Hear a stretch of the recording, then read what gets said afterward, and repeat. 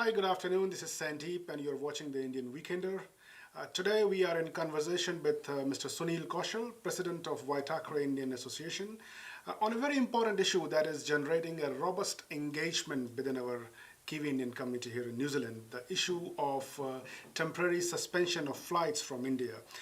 This issue has caused, I would say, rage for a lot of people, and on the other hand, there is a section of community who thinks that probably this is completely okay. So this issue is generating a very robust engagement. So to continue on this, we have got Mr. Sunil Kaushal, who has been putting up his thoughts out in front. So we have got him in the studio. So welcome to the studio, Sunil. How are you today? Good, thanks, Sandeep.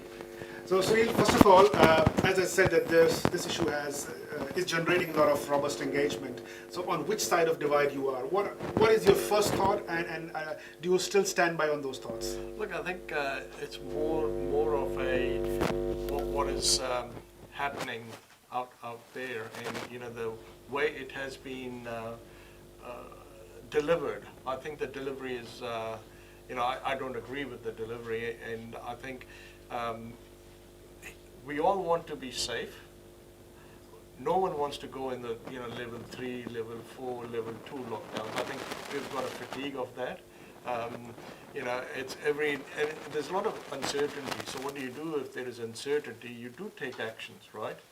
But calling out an action on not so much data figures, and I think you've got some which we'll talk about, is not the right thing. You're calling out on one people group rather than where people are coming from and what the high-risk countries are. So, the delivery of it was not right.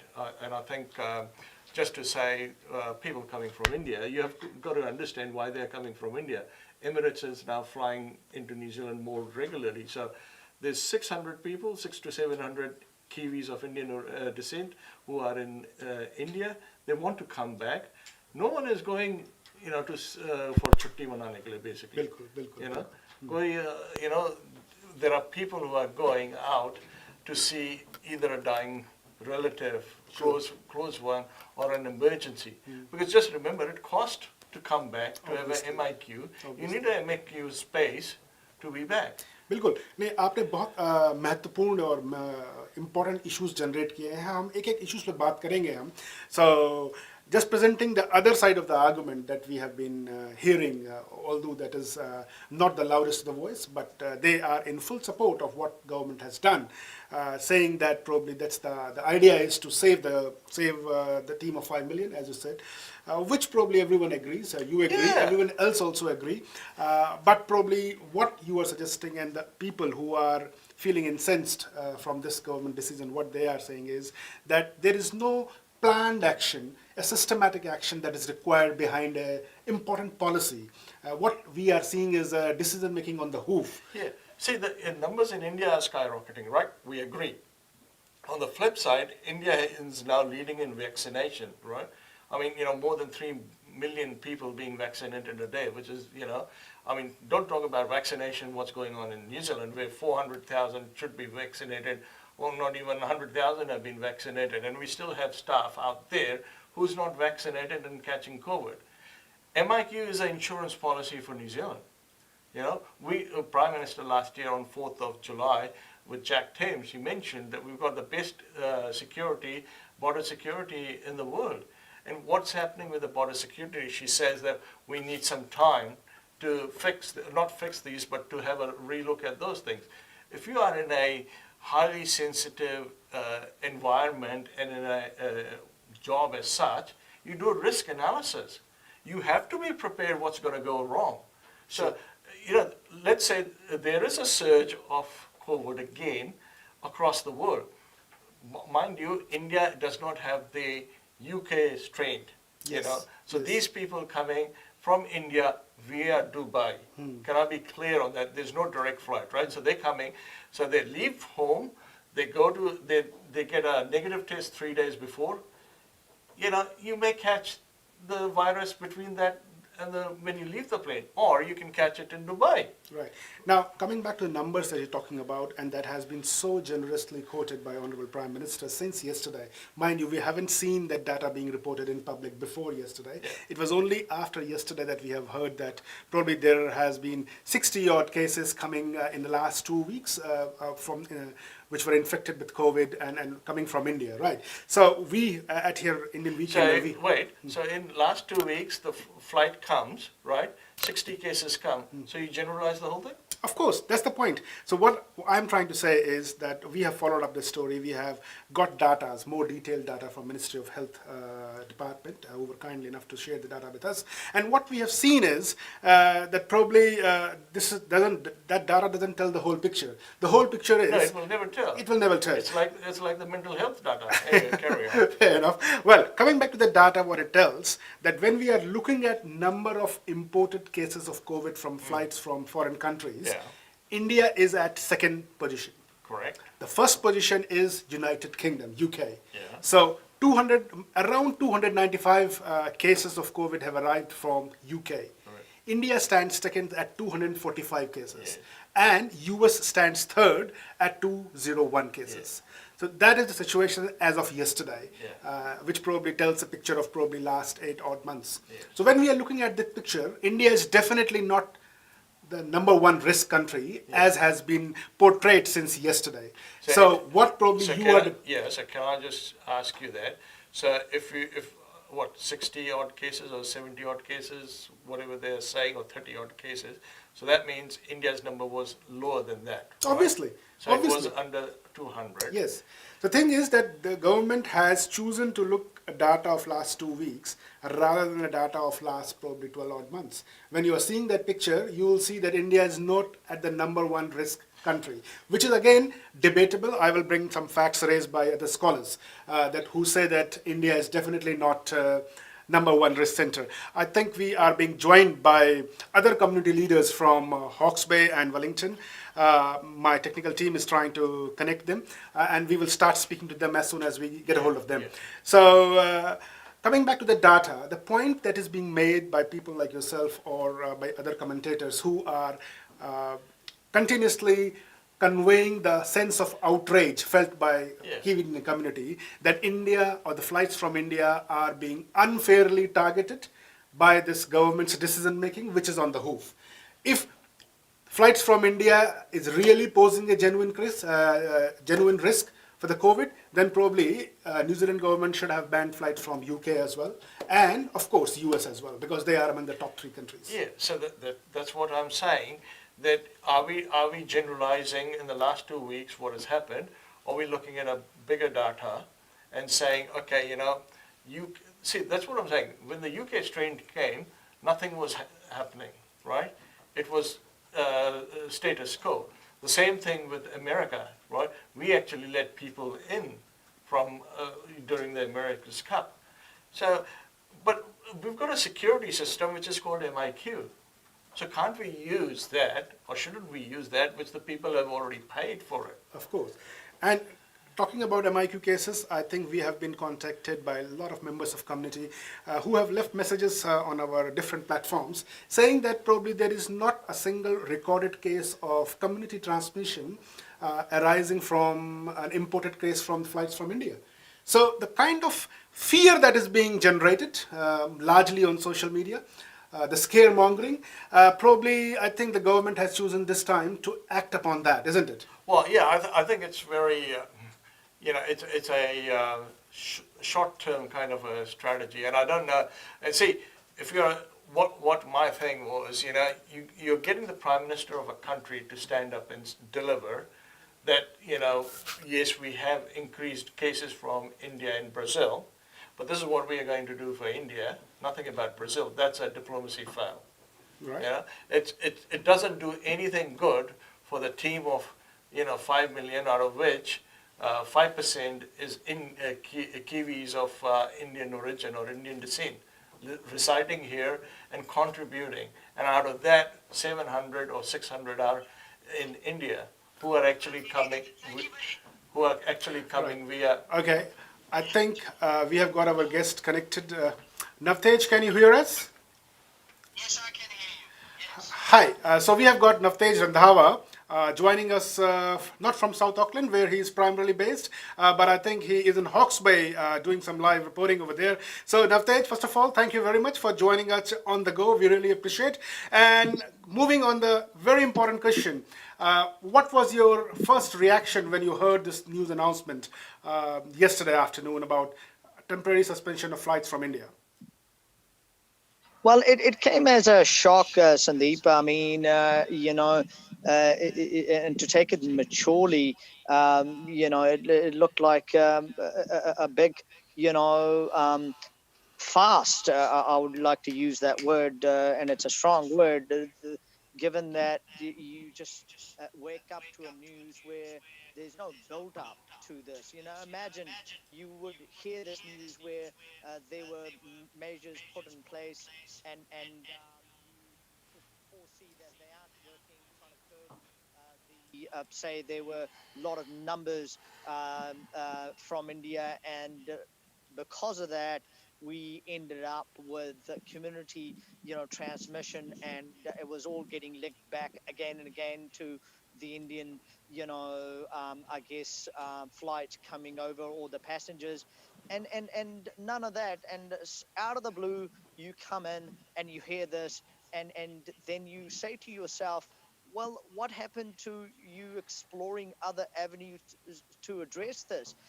I mean, this is extreme measure, given the fact that this country, is trying to be the first one to, in fact, manage these MIQ, I guess, outages in a more mature manner. But this has really put us on a globally on a very back end seat, because a lot of the people I know overseas are saying, so what happened? Why would you? What's a big deal? Isn't that obvious? There is a country from overseas, and we had these, numbers come in from India, where the upsurge was there before as well. And did they actually put in place, for example, flights coming from India will be put into a certain quarantine, say into Jet Park, that we will actually have, members from India will be dealt directly there, because it seems like there's a high number of them, in fact, getting infected. So you would say yes. Well, that's a viable option. That from the airport they're going straight to Jet Park, where you have the red and the green zone. They're going to the red, so they've explored all of that. They've put measures in place. None of that. It's just like, you wake up, and you know what? We're taking you guys out, and 2 weeks. Now, on the other end, Sandeep, this is what's really starting to hit. I know so many people in the travel industry. I also happen to have a travel business, where people had waited for 2 months to actually get a voucher, and with their families were coming back, and were heading here. Now, with this, what will happen is, because other people have already booked themselves in May, in April, they will not be able to come into the country till June. Imagine that on somebody who is already under financial strife, losing their job, and all sorts. I don't agree with this approach that it could have been the last measure, but what about the ones before that?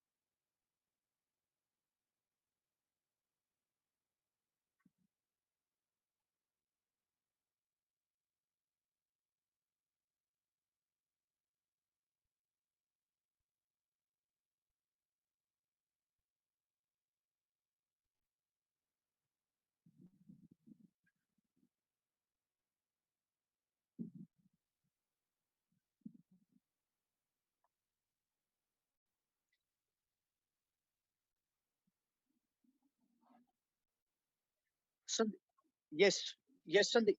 Yes, yes. Sandeep, I wanted to. Yes, yes. Sorry, Sandeep, I wanted to make another very important point.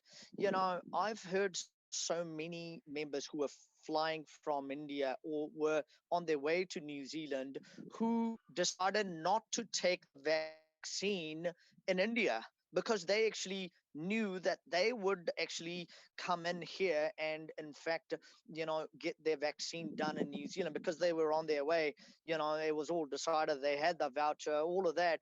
Imagine them actually hitting, and on two of them, and one of them is actually my dad, who is actually in India at the moment, who decided otherwise. But now that's, suddenly these guys will be heading back, trying to get their vaccines in India, and that's another, all your plans have been pushed out of the way. And coming back to what Sunil ji was saying before, the relationships with the biggest I guess BRICS nation, when you do these kind of things, it leaves a lot of sour taste, because we as ambassadors of India will not have much to say to the officials and the people when they ask for our feedback. Why the government has decided to do this, because they do see us as, like, somebody who will give them a balanced feedback back, with our friends and families, and of course the officials who are in the policy making. And Sunil very much knows about this, that we will end up in a very dire situation. Sandeep, I'm going to sum this in a way. I feel that this government, and I'm going to say this strongly, is like as if they're targeting Indians, where you have our majority of the people from our background stuck in India as migrants. There are students who actually want to come in here, they can't get through. It seems like there's a personal vendetta against India. I'm sorry to say, that's how it feels like. And then Well, I you certainly, speak. I can, and sure, I get your sentiments, Navtej. I know that probably you are relaying the thoughts of a lot of temporary migrants who have been stuck overseas and who have been waiting patiently and hearing to the promises being made repeatedly by ministers and prime ministers at some of our cultural events as well, where they have been saying they're working towards that. I get that point, and we will certainly discuss more about that. But I need to go to Sunil and get his views on some of the comments made by Navtej. Would you agree with him? Well, I agree with it. I like to sum it up. I feel like I'm a second-class citizen. Oh, well, okay. All right, okay. Yeah, I So mean, thing is, what do you have to say when we are seeing the other side of argument coming up from our own members of community who are finding it probably it is acceptable to them that it's okay not to question the government. So what are your thoughts about that? well, I mean, look, it's not about questioning the government, right? It's about, asking the right questions. It's not about, trying to find or need to pick the government or something, because, that's the work of the opposition. And, they'll, as I say, no one in New Zealand out of 5 million will disagree, right? They will not disagree with what the Prime Minister has done by saying we will stop the flights, right? Mm-hmm. But as I say, as the data says, there are top 3 countries, right? Why can't you stop it from all those 3 countries? Sure, certainly. Why wasn't it done before? If you're saying, oh, there was only few numbers coming, maybe there were not heaps of people coming.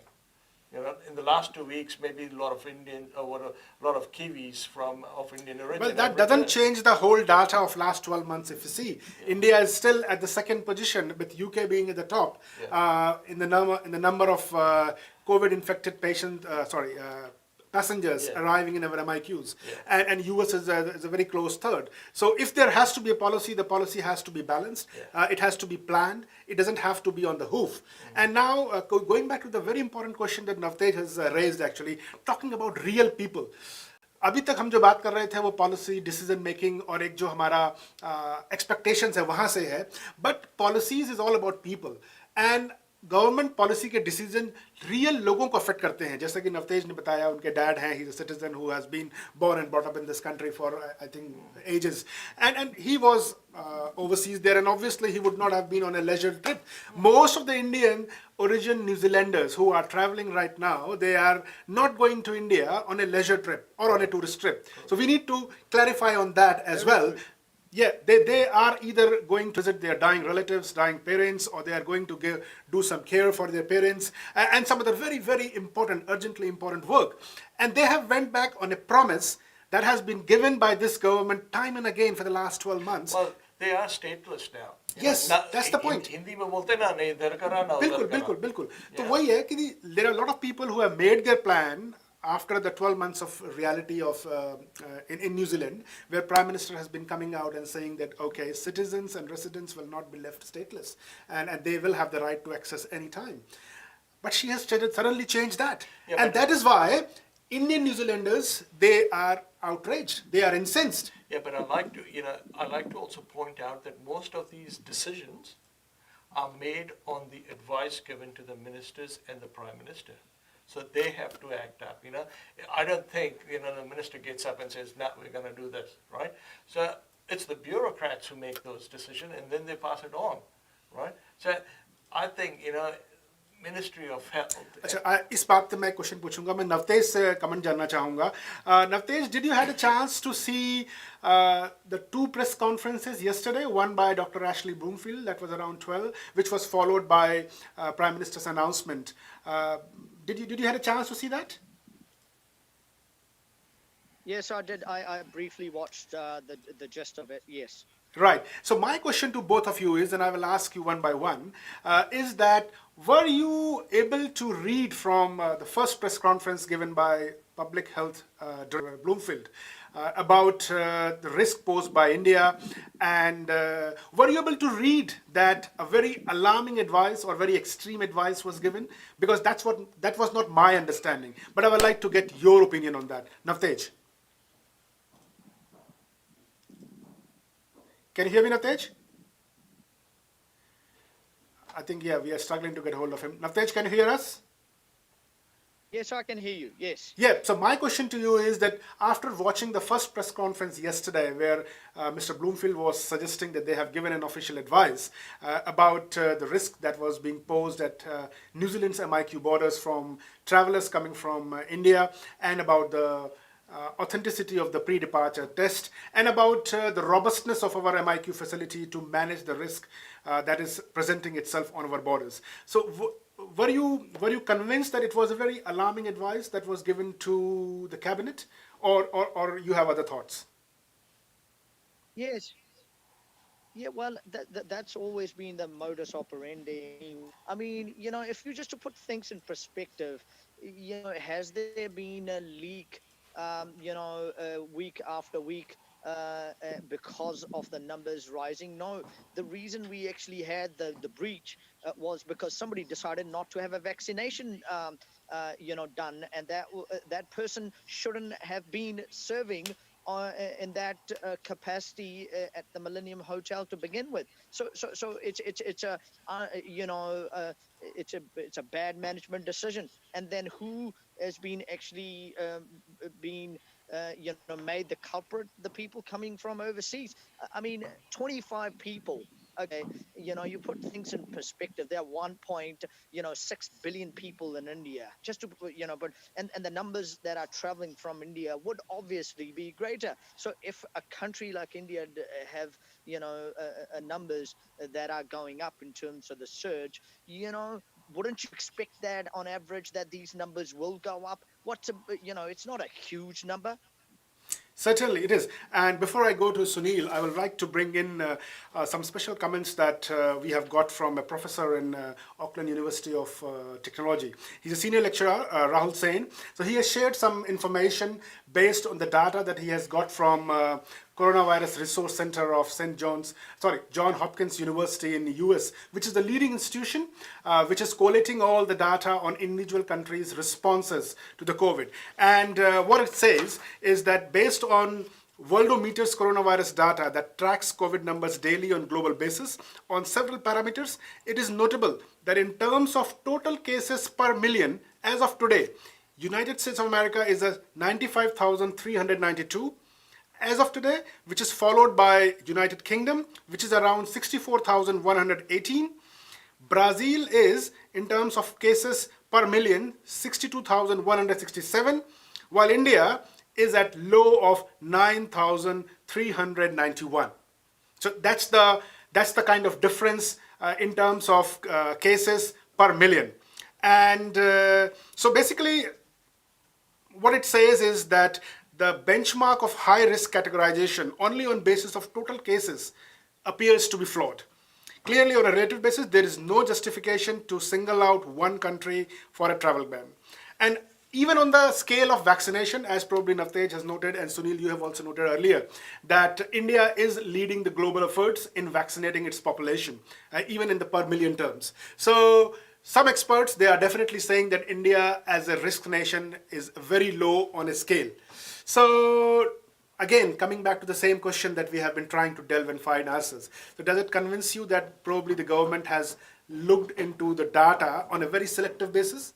Well, it is obviously it's a selective thing because as I said to you, you're judging by the last 2 weeks what has come in, and then you're making a decision, knee-jerk reaction, I think, because you haven't, it hasn't, there's no sort of a,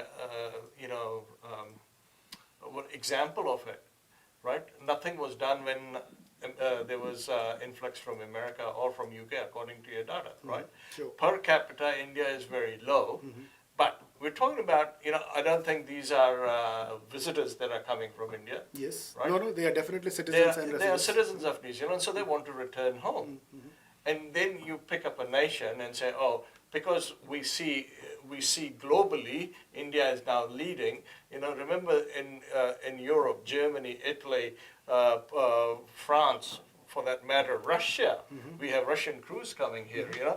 No one jumped at that time. When there was a big outbreak in Christchurch from the Russian crew, we didn't stop the Russian crews from coming. So Sure. what I can't understand is why you're selecting one place, one nation, which has a big population of, in New Zealand of their origin, Kiwi. So Indian New Zealanders, they are being easy target. They have been being easy target. Is that what you're saying? Yeah, well, 5% population who's going to jump up and down. Right. Navtej, what are your thoughts on that? Do you think that Indian New Zealanders have been made an easy target? Well, here's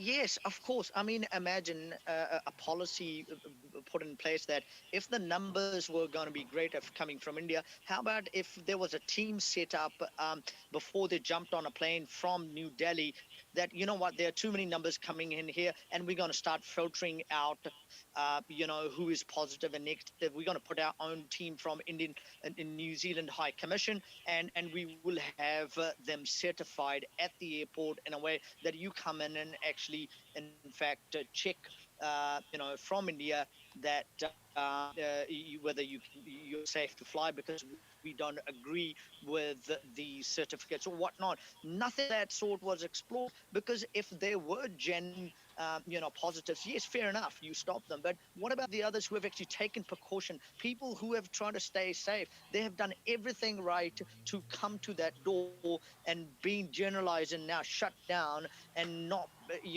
nothing being made, I guess, for and to accommodate their needs coming into New Zealand. I see this as a very harsh policy and it should have been explored a lot more than what's been done. I see this as a very simple thing. And Sandeep, I'm going to say this. Some people may not like this.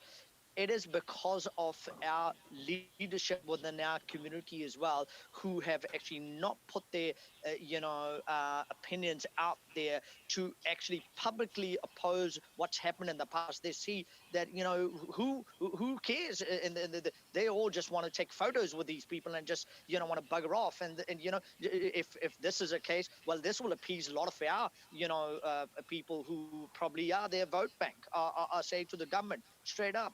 And in fact, we have been made the scapegoat for the last 6 months. That's how I see it. Well, I think you're quite rightly said, quite rightly summed up, and that prompts me to ask another question to Sunil. That this unfortunate decision is coming at a time when we have got two, or rather, first time we have got two Kiwi Indian electorate MPs. Although, like they were electorate MPs, but they are definitely representative of Indian community, and we are in a historic position where we have got an Indian origin minister as well for the first time in the government. And do you think, have you heard anything from them at all on this issue? Look, I think, I mean, my take on that is they have been elected by their electorate, right? That's how they have won. They have not won on the basis that they represent Indian or Kiwis of Indian Sure, origin, right? sure. So my take is they have won their own seat, their own electorate by working hard in their constituency. So they are representative of those people. Sure. So, to ask them or to expect them to say something on behalf of the Indian community, I don't expect them to say. Right, Right? I agree with that. Right. But coming back to what Navtej has made, he's made a very valid point that there is a lack of, I would say, a robust leadership within our community. Yeah, but he's not mentioning, he's not meaning the Indian MPs or, or those who were selected from their own regions. He's Sure. talking about Indian community like himself, myself, and others. Sure.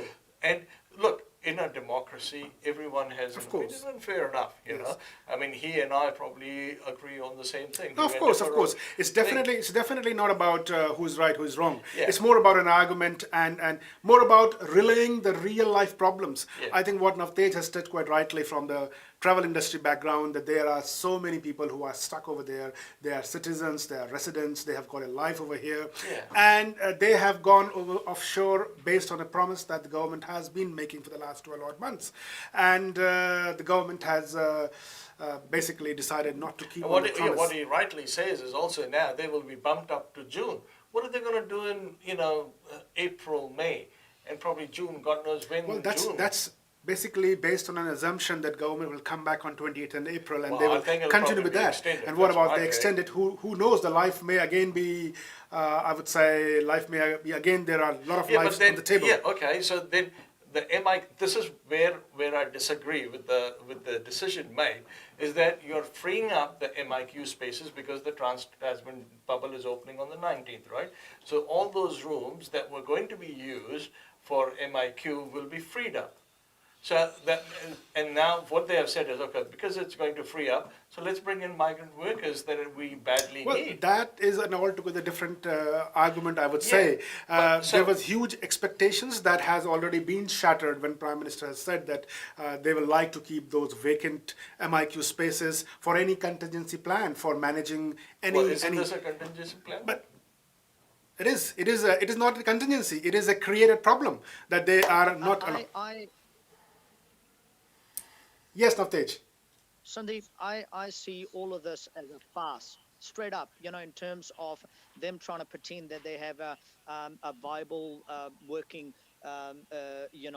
policy in terms of immigration management. You talk to your families, and because I also happen to be in the media business, as you know, through radio.